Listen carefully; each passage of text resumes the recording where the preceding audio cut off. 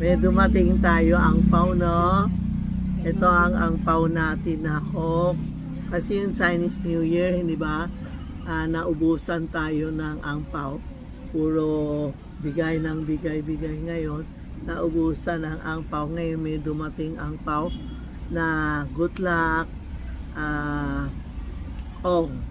Ito yun. Marami, alam mo ang angpaw. Lahat na design nila, puro good luck. Alam mo anong ibig sabihin ng angpaw? Iba na tataka. Ano ang angpaw? Angpaw is a red envelope. Yun lalagay natin ng pera. Halimbawa may birthday. Birthday ng nanay mo, biyanan mo, o apo mo, o ano, para good luck hockey. Lalagay natin ng o-open tayo, lalagay ng pera, bibigay natin sa kanila. Ako naman, pag minatanggap ako ang pao, kukunin ko yung pera, yun ang pao, tatago ko, pang swerte po, no? Ito ang pao na open, tapos lalagay nyo pera, ayan. Pag minatanggap ako ng angpaw, pwede din ilalagay mo sa ilalim ng unan o pwede din sa kaha. Kung gagastos mo, kung hindi mo igastos, itago mo, pwede pagkatapos ng business, halimbawa end of the month, December, dinodonate ko. Ito po ang angpaw, no? Printed, tawag namin ang angpaw red envelope. Maraming design.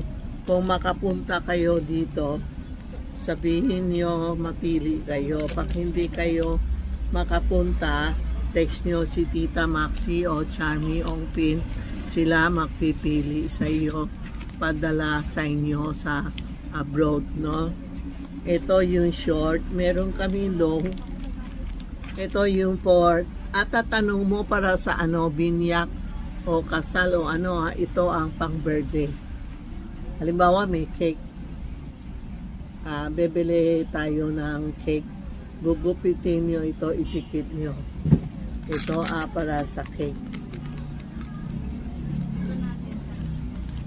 Ito po, ito ang pang birthday. Kaya pag bebili kayo ng angpaw, sasabihin nyo sa kasal ba o sa birthday. Ito naman, yun to, angpaw yun, o parang envelope. Angpaw na envelope.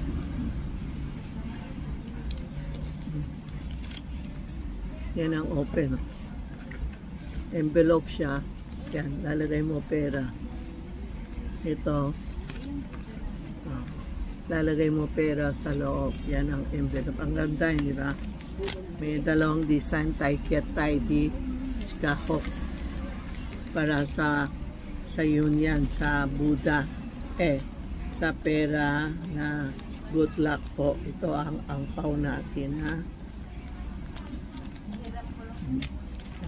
Ang angpaw, walang definite kung bakano bibigay nyo. Iba bak naki-engage o kasal, depende, halimbawa kung pare, kung madre, malaki, iba 20,000, 50,000, 10,000, depende kung bakano bibigay nyo, ha. Ito ang angpaw na bagong dumating. Okay, tapos ang angpaw. Ano pa? Ano ito? Isa lang? May pusa. Ay.